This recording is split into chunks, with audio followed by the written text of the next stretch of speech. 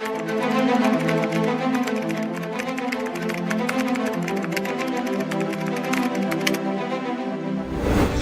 is 4 p.m. We're bringing you the developing news. And the stories behind the headlines. This is Storycon. I'm Patrick Paez. And I'm Ed Lingao. Here are some stories we're watching this Friday, April 5. Inflation climbs to 3.7% in March from 3.4% in February. Food and non-alcoholic beverages, transport, restaurants, and accommodation services were the main contributors to the recent rate of price or recent increase in prices. Okay, President Bongbong Marcos has ordered the government to come up with a comprehensive solution to traffic. NEDA Secretary Arsenia Balisacan says the chief executive wants a holistic approach, not a piecemeal one. Still on the president, he wants to expedite the implementation of the amnesty program for former rebels. According to government data, about 40,000 members of the CPP-NPA have already surrendered, around 1,500 of whom have applied for amnesty.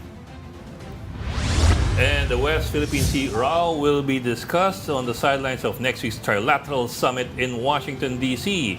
The historic tri-meet is happening on April 11 among President Marcos, U.S. President Joe Biden, and Japanese Prime Minister Fumio Kishida. And joining us on Zoom to talk about these, among other issues, is National Security Council Assistant Director General Jonathan Malaya. Sir, magandang hapon and welcome back to this Storycon. I almost said the Chiefs. Okay, let's jump in right away on the Trilateral Summit, ADG Malaya.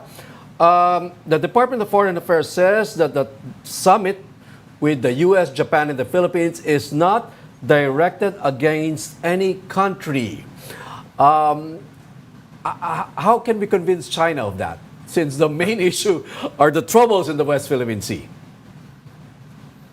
Well, I think it's not required for us to explain to China what we're supposed to be doing. No, I think what's important is to convey to the Filipino people really the reason for this summit, which is that all of the three nations face similar challenges. All of the three nations value the same things in life. No, they adhere to certain values and principles, and it is for this reason, given the geopolitical tensions happening across the world and in our region, that the three nations would like to have a trilateral summit for the purpose of further cooperation and deepening the relationships between the three countries.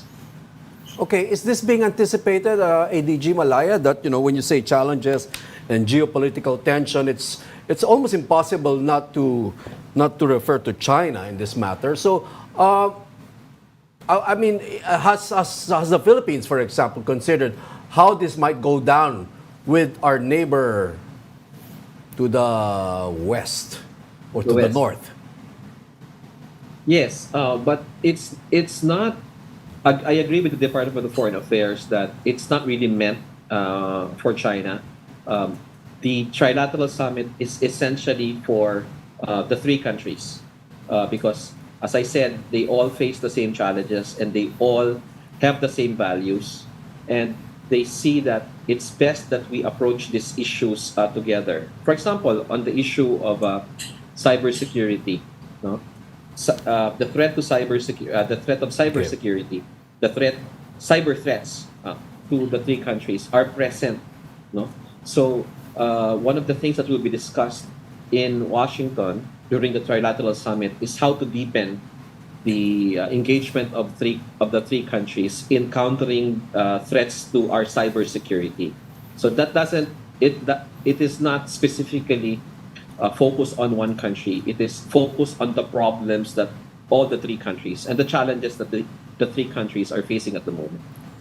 But sir, but still looking westward to the West Philippine Sea, what do you think we would be able to get in terms of either commitments or maybe even policy declarations as far as the issue on the West Philippine Sea is concerned from the trilateral meetings?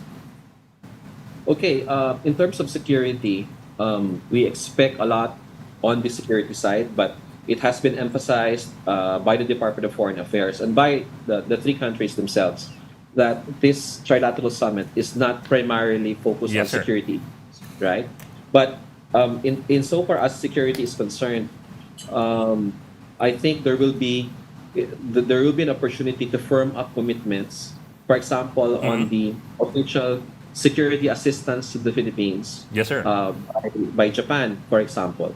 So the delivery of the postal radars, for example, I'm sure will be, and how the United States and Japan can help us in our modernization efforts, particularly in maritime defense, maritime domain awareness.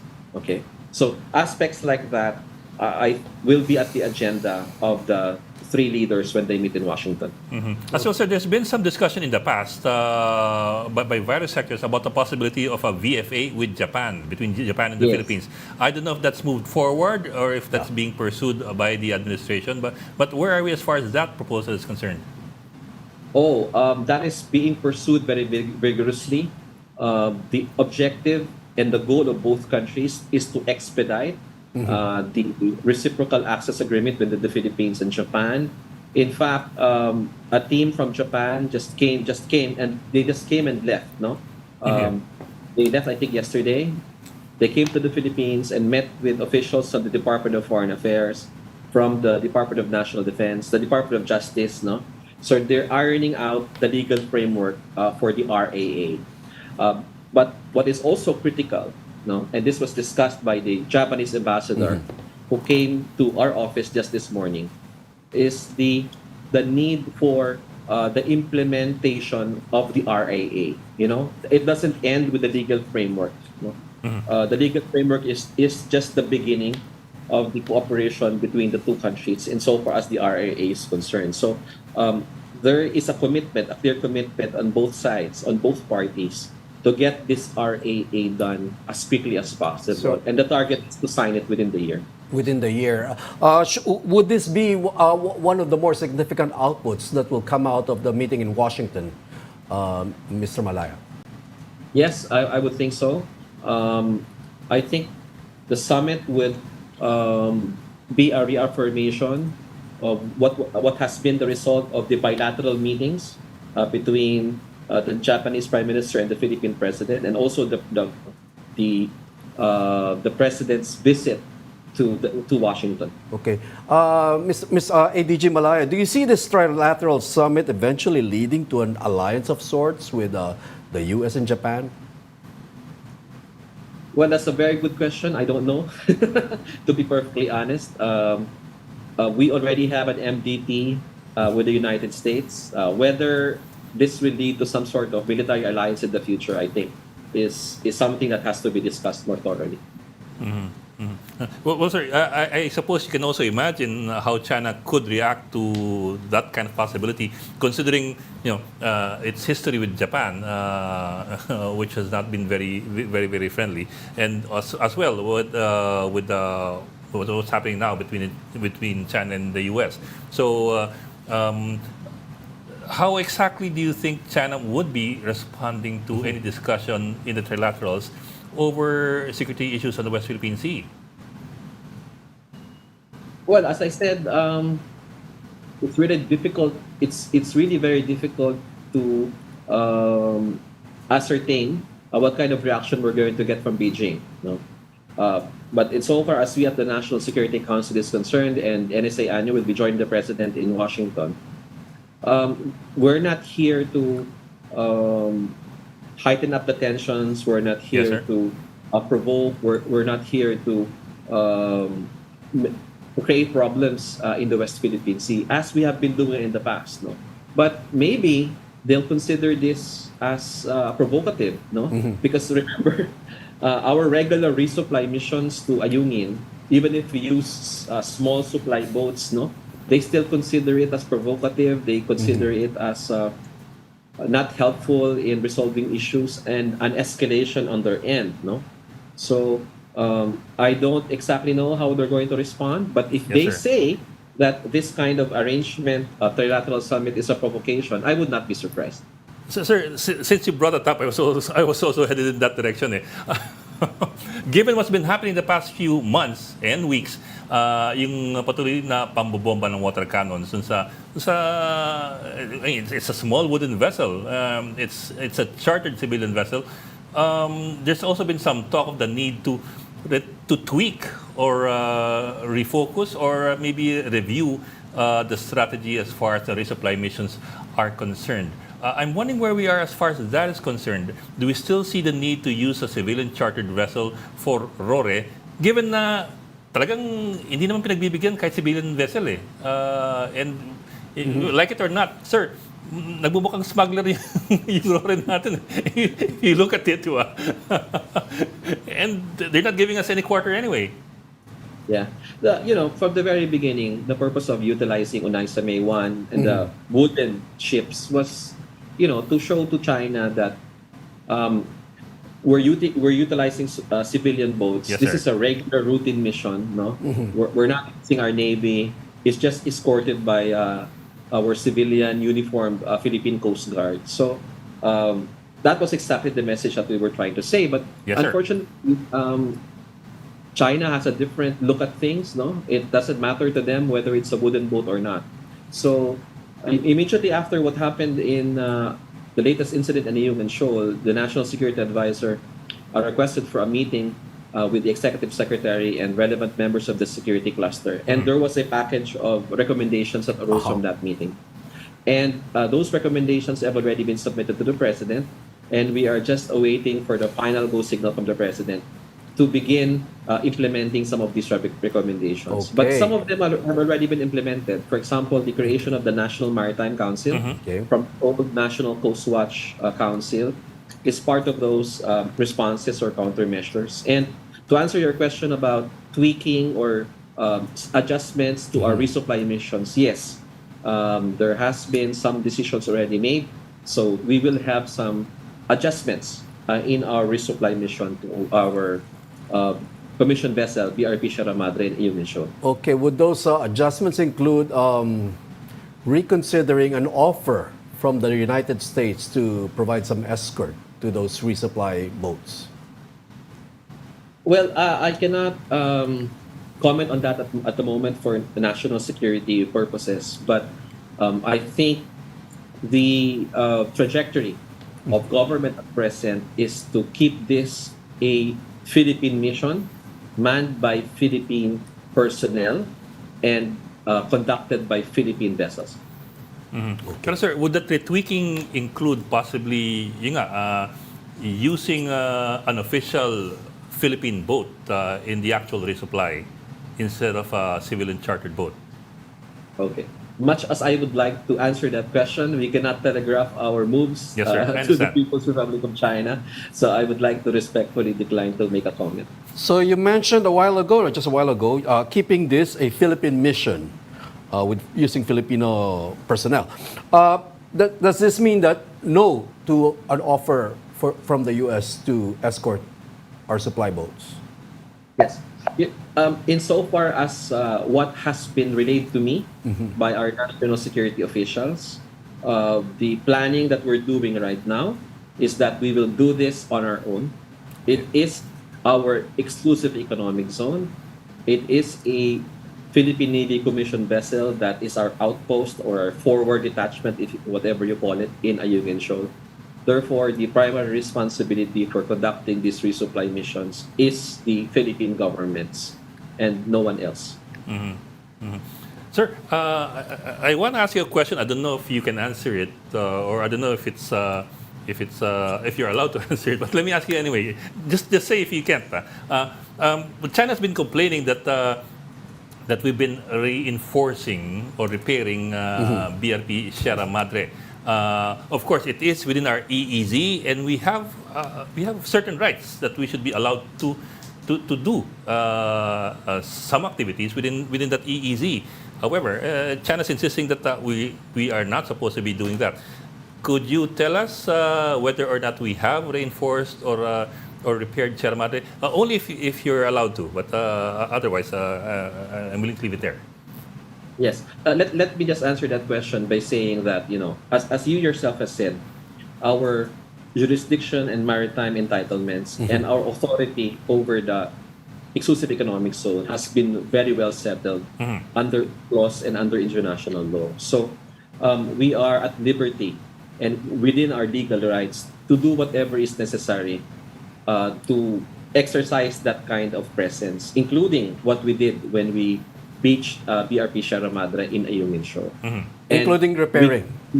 yes. And we are doing whatever is necessary to keep BRP Sierra Madre in working condition. Okay. So okay. let me just answer it that way. Okay, may isa pang Thank you, ano, sir. no, matagal na tanong na kung saan na nagtuturuan, ano, ADG Malaya. China keeps saying that there was a promise to tow away. Do we know where that promise came from? From which administration that came from? Or,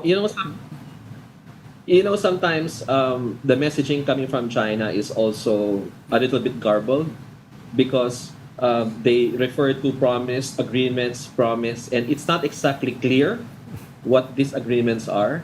And if you remember at the beginning of this entire debate, I challenged the People's Republic of China to tell us who exactly, according to them, made that promise and under what circumstances. No? Because they kept on referring to this alleged promise, but no details are being given. And there's no way to settle this issue unless them, since they're the ones making the accusation, it is the responsibility to support that accusation. Unfortunately, we do not hear from them. So the last I heard, because there has been several versions of this promise, that it was made in 1999. Okay, so this would, I think, cover the administration of former President Estrada. But I think the officials of the Estrada administration has already made clear that it would not benefit them because they were the ones who beached it, and then they promised to remove it. So sometimes the numbers don't add up. So I think it is incumbent upon China to settle the issue once and for all, so that we will know if indeed there was this alleged promise. You should tell us who made this promise to you so that we can investigate and validate. Sir, bukod ako ng konti, I'll head a little bit more westward towards Pag-asa Island and Sandy Cay. Now, there was a mission to Sandy Cay just a few weeks ago involving the UP Maritime Institute and the Philippine Coast Guard. And there seem to be indications, I can only say indications because they haven't confirmed it yet, that there have been some Chinese activities on Sandy Cay, which is just, 3 to 4 kilometers away from Pag-asa Island. I think the reference point there is that if China at all does take over Sandy Cay, then we'll be able to eyeball they'll be able to eyeball with our troops on Pag-asa Island.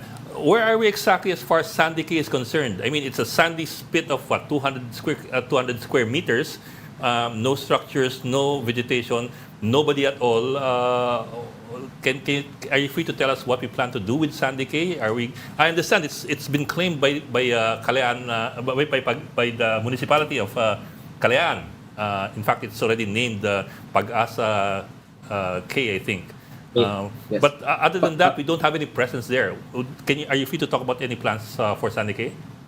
Well, Pag-asa Cay is within the 12 nautical miles territorial sea of Pag-asa Island. Okay, so it is clearly within the territory of the Philippines.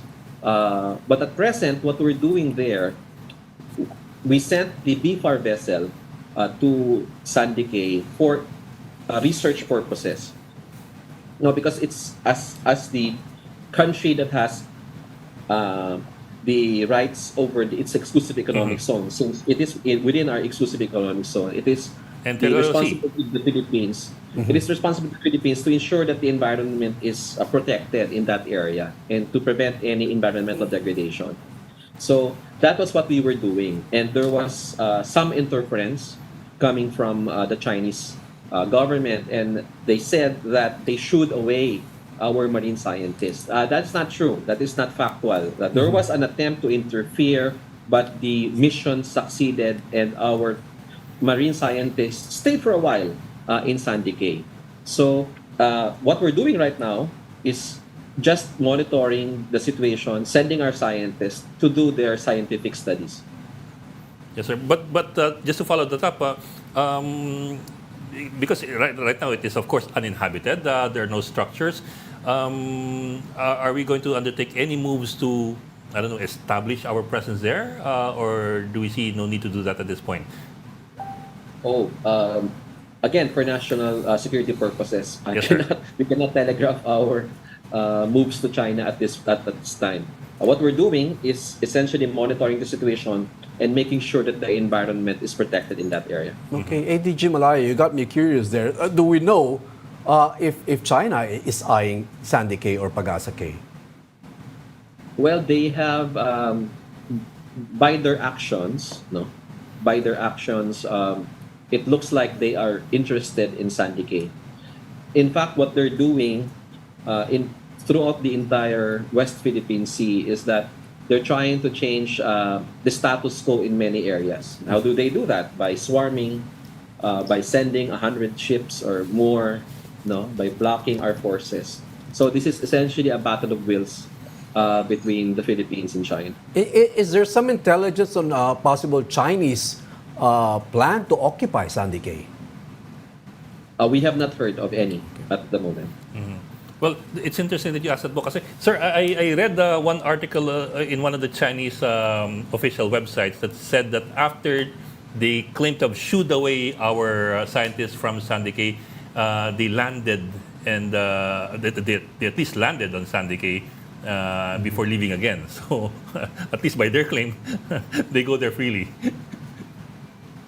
Every time we send a mission to Sandy Cay, or some of our troops go there, we always receive some sort of diplomatic protests from the People's Republic of China, or a statement coming from the People's Republic of China. So there's really interest on the part of China over this sandbar in the middle of the West Philippine Sea.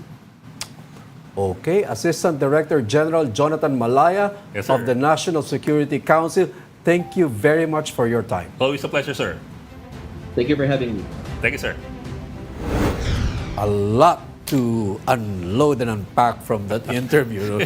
He promised us 15 minutes, but I think we went almost 30 minutes with this guy. Yeah, and he was quite agreeable in Yeah, talking to us. that's why it's always good to talk to Assistant Director General Malaya. He's forthright, but he knows the limits of what he can tell us. And he's prudent, but he also gives you an idea where we're headed. Like, for example, in BRP Sierra Madre, of course, he didn't want to answer that. But he just asserted a right to do the repairs because it falls within our EEZ. Yeah, I just wanted to bring it up kasi, one of these days, baka government would want to issue a statement, and you never know when that But one significant thing that he mentioned was that he just came from a meeting with a team of Japanese who were here, and they are in a hurry for both sides, for both countries to have this VFA for Japanese soldiers RAA, here. a reciprocal access agreement. Yeah. It's a VFA of sorts. So ASAP daw within the year. Yeah. And most likely that's isa sa mga outputs yan na mangyayari doon sa Trilateral Summit in Washington. Okay, at this point, let's bring in the Editor-in-Chief. Editor-in-Chief of Philippine Star, Amy Pamintuan. Sorry, Amy, we just had to jump in right away with ADG Malaya for this interview. No, Kasi may silan daw siya 15 may minutes. silang daw eh. Pinasok na ng director kagad, so Pero nadoble natin. no time.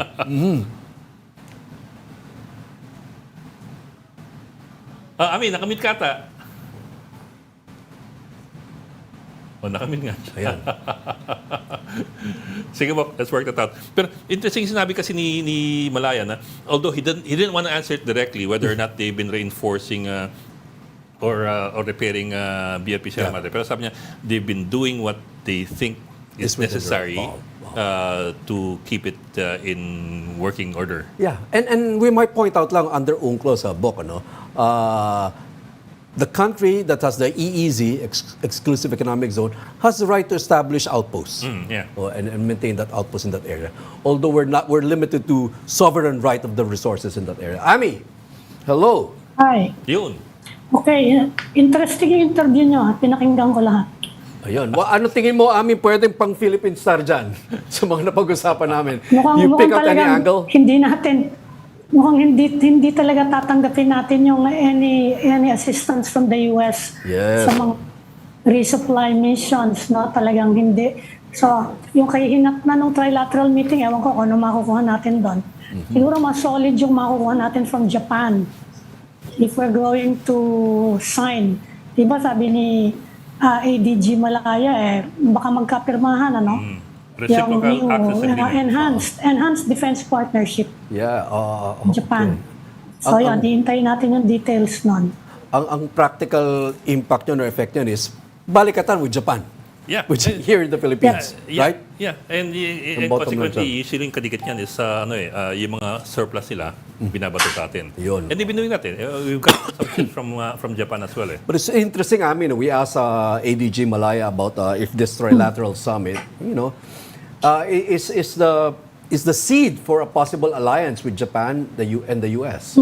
And, well, he conceded it was a good question, but so far he had no answer to that question.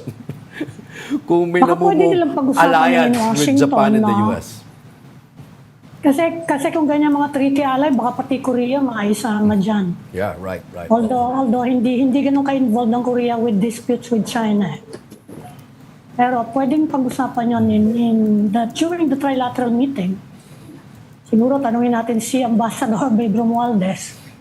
Maingat din si ADG Malaya, no? Yeah, he repeated the position of the Department of Foreign Affairs that this trilateral summit is not directed against any country, although it will take a lot of convincing with the Chinese, with Beijing, for them to believe this. Pero anyway. yun ang linya ng Malacanang. It's not directed at any country. Although kung titingnan mo, sinabi na nila agenda, di ba? Ukraine, yung West Philippine Sea, sino pa ba naman yung mga yon? Tatlo lang naman yan. Tatlo lang naman yung mga pinag-uusapan. Kaya saka of course yung mga other conflicts. Pero yun namang mga security issues ng US ngayon North Korea, Russia, and of course yung sa Gaza Strip, although hindi kasama yan, and West Philippine Sea. Kay Ami, anong banner bukas ng The Philippine Star? Iisip pa rin namin yung mga yung mga init pa rin init pa rin, oo. Kasi nagmamadali na yung mga teachers group, sabi, medyo bilis-bilisan daw yung transition to, yun na nga, yung dating calendar dahil hindi nga daw built yung mga schools natin for this kind of heat Saka nakita naman natin yung impact during the pandemic, yung remote learning, handang-handa na lahat nun, yung mga teachers, yung mga students, at after that, nag-assess sila, di ba? Impact on the learning, yung mga estudyante, maraming nahirapan Parang hindi pumasok yung mga pinag-aralan, di ba? Right. Yan yung, even the NGOs working with, yung mga education NGOs, yung na sinabi nila na maraming naiwanan dahil dun sa remote learning. So kung ganyan din lang, bilis-bilisan na lang yung unless balak nilang gawin air condition lahat ng natin. Public schools, kung kaya nila. Dahil mga private schools, yung karamihan dyan. Tsaka walang kuryente, di ba? Tapos walang kuryente. Ayaw pa. Sabi ng MWSS, babawasan yung water allocation ng Metro Manila. Although, sinabi na rin ng Maynilad, di naman daw yung magkakaresulta ng water interruption. Sa ngayon, at depende sa situation yan. So, yan, mga inaabangan natin, puro init pa rin. Isipin mo, kung walang kuryente yung klase, tapos kakabitan mo ng aircon, no? Ikabit mo lang sa kabayo para ilang horsepower ang pag-uusapan ninyo. Gumbisa na mag-blink-blink ang ibang lugar, mga kuryente. So, ayan, tinitingnan natin, baka bigla magkaroon. Baka pag magka-tripping dyan sa power plant, pwede magka-outages na naman dito sa Luzon Ami, may update bang Philippine Star tungkol dito sa, let's call it a manhunt kay Pastor Kibuloy? Any update on that? Inaabangan pa din namin Wala pa Siguro mga bandang 5, tatanungin na naman namin yung mga correspondent namin, nahuli na ba, nag-uusap na ba. Remember, ang sabi, kinakausap daw ng company Kibuloy, kasi mukhang ang pinoproblema na lang nila ngayon, yung Senate Okay. Dahil hindi nga siya pwede magpiyansa, and he doesn't want to be detained. Okay. He doesn't want to be arrested and detained. Kasi kapag sa Senado, alam naman natin doon pag gusto ka nilang hulihin, doon ka lang sa Senate. Pero yun na nga ang sinabi sa atin, right, na hinahanap pa daw kung anong pwedeng gawin. Siguro, we're presuming na ayaw talaga niyang mapunta sa Senate and to be detained. So, ayan, inaabangan natin. Siguro mga in 1 hour, magkakaroon kami ng update. Pero sa ngayon, wala pa Tsaka may imagine mo kasi, di ba, pag hinuli ka, kukuha ka ng picture sa harap. Mugshot. Mugshot. Yung sa Mugshot harap yan. ng mga... Inaabangan Hindi talaga. mo ganun-ganun ka. Hindi ba yun? Sa mga... Gaganon siya. Ganun ka. Hindi ba? Palaban, pwede ka naman palaban dun sa picture. It's medyo ironic, may piyansa dun sa actual criminal case na sinampa, pero sa Senado walang piyansa. Oh, yeah. Kailangan forced to be detained ka. Mas nakakatakot pa pala yun. Yun ang Hindi, sa iniiwasan. Senate naman, medyo limited kasi yung period doon Hindi naman kasi tagal yun doon sa mga court na, na pwede ka i-detain years and years. Sa Senado, pwedeng pag-usapan din Kaya Okay, Bok, mag-gap daw muna tayo at we will be coming back in a few minutes. So please stay with us here in Storycon. This is the Story Conference Group or the Storycon Group.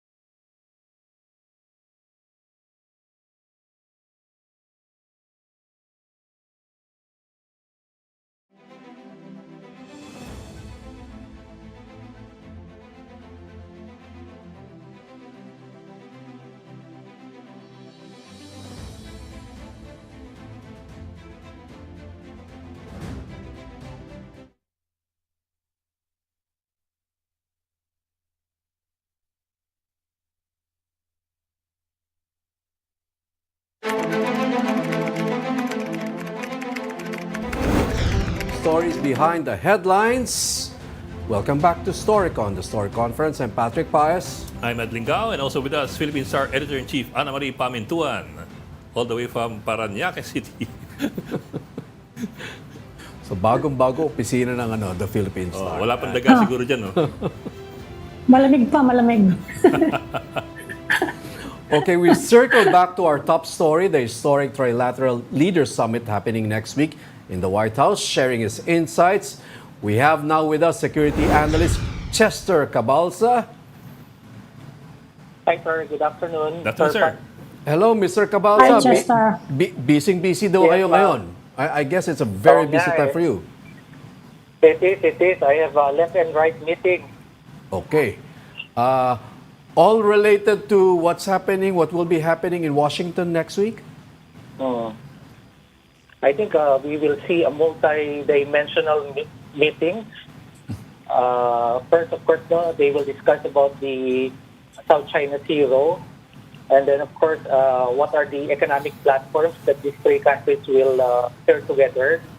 And then their vision on the Indo-Pacific region. So I think that those are the three topics that they will be discussing during the trilateral meeting. Mr. Cabalsa, I'll ask you what I asked earlier ADG Jonathan Malaya. No? This trilateral summit, Philippines, Japan, the United States, is this a de facto alliance already? In a way, we can say that.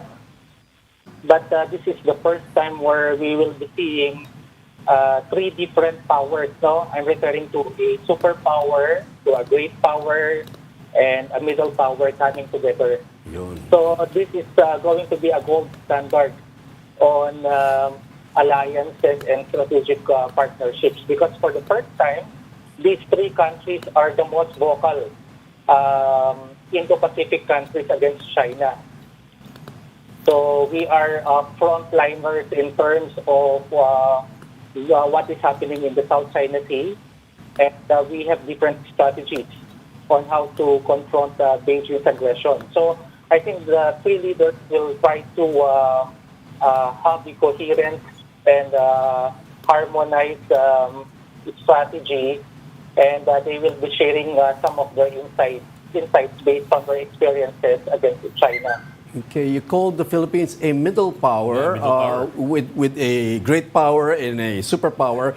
A middle power or a junior partner in this alliance. No, what do you think will be the role of the Philippines in this partnership? Well, definitely we are a catalyst of change because part of the South China Sea is the West Philippine Sea. And we have seen a series of antagonisms of China recently. The tug of war involved the water cannon. Of course, we've seen also the lights war, the sounds war, different forms of aggression strategy, political and economic coercion. So, in other words, the actions of China towards the Philippines is very colorful. So, I think this is something that Japan and the U.S. would want to understand also in terms of how they would like to address the aggression strategy of China, and at the same time to cement their strategic policy when it comes to the South China Sea issue. Okay, Mr. Cabalsa, I'd just like to bring up a comment made by by the Prime Minister of Singapore, Mr. Lee Hsien Loong. A few months back. This was at the BBC forum in Singapore, and he said that does the Philippines really want to get involved in a fight that will happen in the Philippines? Well, that is one of the bigger scenarios that we will be seeing. Remember that our country is always prone to such kinds of of conflicts. No, we've seen that during the Second World War, and now this is something that we have to be prepared of. Remember that Southeast Asia is going to be the new Europe now, and if we have seen in the past history, Europe has all the kinds of wars from World War I and II Cold War and then the Russia-Ukraine war because of the attractiveness of this competition of power. Since we are shifting to the Indo-Pacific and our region is going to be the center of that dynamic region, in which case the Philippines is also an actor, definitely we will see a showdown where our country will be possibly a battlefield when it comes to shooting wars or maybe a major war. So that's the reason why we are shifting to different strategies, particularly on territorial defense, and then the DND has this comprehensive archipelagic defense. All our defense colleges and institutions now are gearing towards war fighting, and then of course the president is also very adamant when it comes to safeguarding the sovereignty of the country. So meaning to say that we are geared towards shifting to this kind of new venture by preventing our giant neighbor from its aggression and of course to foster collective deterrence in the region. Okay, you mentioned Pero Mr. Cabalsa, is that an inevitable trend, yung showdown na yan? Is there no more room para to shift gears? Halimbawa, bumalik dun sa dating pursuit ng previous administration na hindi naman not to embrace Beijing but to engage China more constructively. Kasi yung iba sinasabi pwede namang imbis na ganyang klaseng pressure, imbis na ganyang klaseng what Beijing considers as provocation in the West Philippine Sea, pwede namang gamiting pressure sa kanila, economic, for example, among the allies, the US and its allies. Hindi ba pwedeng gano'n? Pwede pa bang mag-shift gears ang Pilipinas and its allies, the US, the West? Very, very good observation there, Ma'am Ami. No? But remember, there was a time that we shifted to that pendulum before. Ang nangyari, tinake for granted nila yung ating partnership. No? Firstly, in terms of the economic pledges, no, investment, hindi lahat nila pinupad yun. Secondly, while we pivoted to China and then fostered bilateral mechanisms, ang ginawa nila, continuous yung kanilang occupation in the West Philippine Sea. All the while we were testing the waters and befriended China, we thought that we will be spared of from that kind of strategy coming from China to fend off some of our islands. So, ibig sabihin, hindi pa rin nila ni-recognize yung ating 2016 UNCLOS Award. At the same time, very adamant sila sa kanilang proposition that all the islands in the South China Sea belongs to them. And then lastly, anong ginawa nila? No? They cut off their infrastructure programs and projects with the Philippines. That all the while we survived, no? Na-realize natin na despite all this antagonism that China has brought to the Philippines, nakayanan pala natin na makasurvive. That's the reason why we have expanded our diplomatic clout. No? Yung strategy natin right now, in which like-minded countries believe in our advocacy on maritime world-based forums, dahil naniwala sila na kaya natin ipagtanggol yung bansa natin through legalist approach. I think the lawfare is the best arm and tool of the Philippines in trying to convey our message to China na sila yung kailangan bumalik doon sa tamang daan, no? Na hindi dahas yung solution dito sa problema natin. So I think we have to extend that kind of resolution also to China to teach them that of course, no, even if they are a big power trying to curtail some of our opportunities with them to diplomatic terms and economic opportunities, marami silang hindi pinulfill doon sa mga pledges nila sa atin. Sir, let me look northward a bit muna. We've been talking about a possible reciprocal access agreement with Japan. In Japan. fact, yes, sir. In fact, there have been some meetings, including today, trying to move that RAA forward. In real terms, in concrete terms, what could we expect in terms of benefits, whether material or partnership benefits, if we go into an RAA with Japan? Okay, what I like about the Japanese initiative is their offer for the overseas security aid. This is different from the ODA or the overseas development aid. They differentiated the development programs to the security assistance that is given to the Philippines. That is uniquely Japanese, which we have not seen with our defense relationships with the U.S. and Australia. Given that we have, of course, BFA and SOCVA with the U.S. and Australia. I think that is an add-on to the RAA of Japan. Now, what will happen to that? I think they will discuss it also in Washington. No? I think Japan will try, of course, they have studied the BFA, the Mutual Defense Treaty, and the EDCA of the Philippines, of the U.S. With the Philippines. But more than that, they wanted to offer security and economic programs with the Philippines, particularly with the Coast Guard. Kasi based on the literatures that I've seen, mas geared sila towards the Philippine Coast Guard. Marami silang naitulong sa Coast Guard natin. And I think that's the reason why our PCG is the frontliner right now. No? Kasi in terms of the human resources, training opportunities, and the Coast Guard vessels, we have to thank Japanese for that. Well, in fact, Japan is talking about hybrid warfare. And we are the first recipient of that overseas security aid. I talked to their officials when they visited here.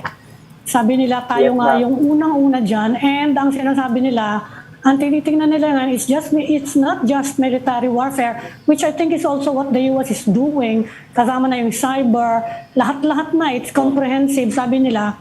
And they are identifying only one threat, which is China nga. So medyo, hindi ako, well, nobody's buying naman yung sinasabing, yan daw trilateral meeting is not directed at any particular country. But anyway, sa tingin mo, tayo, anong capability natin for this hybrid warfare? Okay, yes. Very good question on that, no? Yeah, definitely yung hybrid warfare natin that entails a bigger chunk on cybersecurity. Definitely yung Pilipinas kasi nagiging, how would I say it, no? Yung battlefield for many fronts of war right now, no? Meron kang hybrid, kinetic and non-kinetic, very vibrant and colorful. Ngayon yung experimentation ng China sa atin, no? And that's the reason why our friends and allies wanted to help us to experiment also their strategy. No, that's the reason why kung titingnan natin, no, si Japan, no, wanted to help us in the hybrid and irregular warfare. Tapos si US also, they wanted to execute yung cybersecurity and external defense. For the first time that we will be seeing this month, because of the Balikatan exercises, merong joint sale with France outside the exclusive economic zones of the Philippines. So ang daming groundbreaking activities and events that will happen in the Philippines that the AFP will experiment for the first time. Kaya nga, very important itong meeting na ito because it's just a meeting of the mind where they will try to apply it in the Balikatan exercises this month also. And of course, definitely, they will try to see and observe what would be the reaction of China towards that. Kasi kung titignan natin, mukhang nag-expand si China sa gray zone strategy niya. Pero hanggang doon lang si China. No? Mas strategic yung tinitignan ng mga friends natin. No? We are into multi-domain activities using legal, military, economic, joint exercises, and interoperability in hybrid warfare. Okay. Well, we'd like to say thank you to Security Analyst Chester Cabaza for joining us this afternoon, sir. Maraming salamat for your time. Thank Thank you very you. much po. Thank you. Okay. Thank you also to Amy Pamintuan of the Philippine Star for joining us this afternoon sa Storycon. Ami, happy weekend to you. Happy weekend, Ed and Patrick. Happy long weekend except that may Ano, ba? may abala sa Lunes. Ah. Hindi not for us, no, Ami, no, but for the rest of the country, no. Ah, Oh, kayo lang. okay. Ami, hugot eh. Walang bakasyon dito. So join us again on Monday at 4 p.m. for the Story Conference. I'm at Lingao. I'm Patrick Paez. We are One News, all sides, all the time. This is the Story Conference Group or the Storycon Group.